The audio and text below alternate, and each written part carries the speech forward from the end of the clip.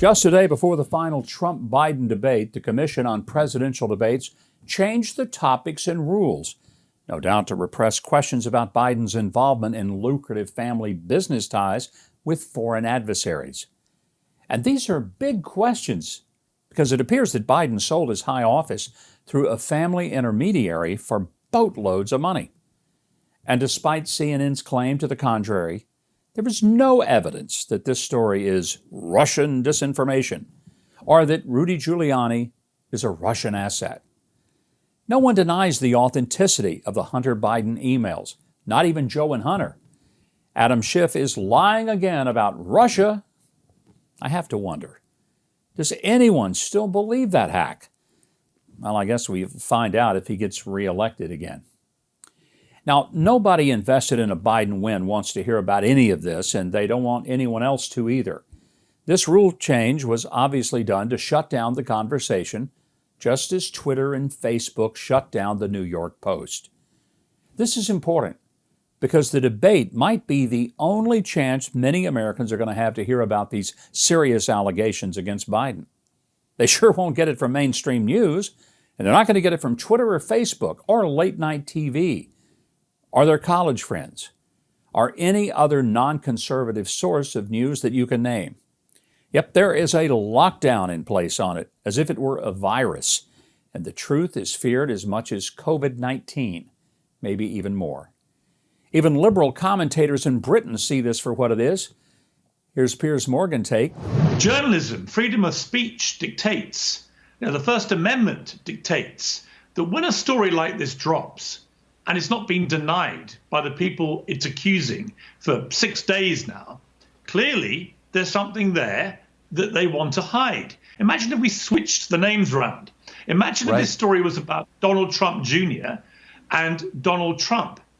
What would be happening? Do you think that the tech giants would be suppressing the story?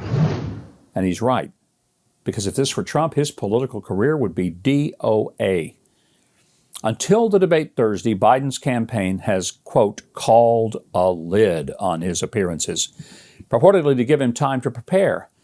But I've said this before, somebody who spent as much time as Biden has in politics doesn't need 4+ days to prepare for a debate. Frankly, he's just hiding so he doesn't have to answer questions. Not Trump, though. Just ask him anything. According to the Trump campaign, the so-called nonpartisan commission had originally decided to make foreign policy the central focus of the debate. That would have given Trump plenty of opportunity to confront Biden on the seriously corrupt relationships being discovered between the Bidens and Communist China, the Bidens and Ukraine, and more. But the commission rescued Biden. Foreign policy is no longer a focus, and neither is the economy. Topics include COVID, climate change, and race. The moderator, of course, was never expected to ask Biden anything about the material on his son's laptop. The change of topics is just extra insurance to discourage it from even coming up. Furthermore, we know that the NBC News moderator for the upcoming debate, Kristen Welker, is partisan as well. According to the New York Post, her parents have deep Democratic ties, and they've donated tens of thousands of dollars to Democrat candidates, including Biden. Now, that in itself is not a disqualifier because of what her parents believe or how they vote. But if you've ever listened to Kristen Welker question the president or the press secretary for the president, by any reasonable stretch, you cannot say that she is neutral. Well, can the commission not find anybody to moderate their debates who isn't taking a side? Even Chris Wallace, who moderated the first Trump-Biden debate, had previously demonstrated a marked tendency to interrupt the president constantly while interviewing him, and he did this during the debate as well. Still, he wasn't nearly as bad as Savannah Guthrie, who set a new record for badness at Trump's recent town hall.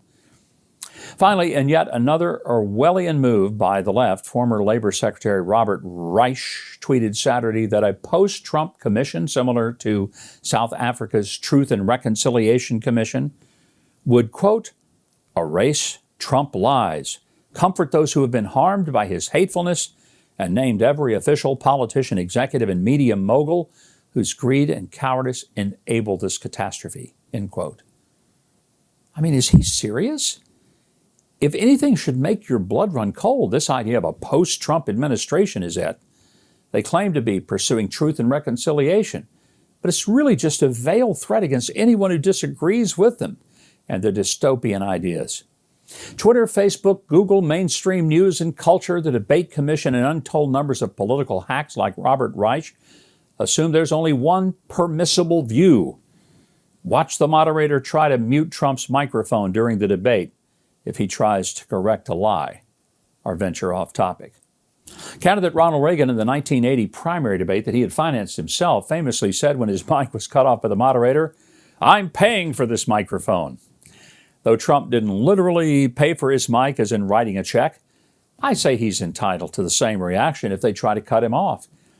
As the victim of numerous lies and false narratives during his presidency, President Trump has paid, and paid in ways large and small. He has this one chance to set the record straight and ask his opponent whatever he darn well pleases. And I, for one, hope he does. Thanks for watching. And if you enjoyed that video, I hope you'll consider subscribing to the channel below and clicking the notification bell. Be sure to leave a like and a comment. And share this video as well if you really enjoyed it, and I know you did. And of course, if you want more of my news analysis and commentary, sign up for my newsletter at MikeHuckabee.com. It is completely to your email box twice a day. And that's it for this edition of The Breakdown. I'm Mike Huckabee.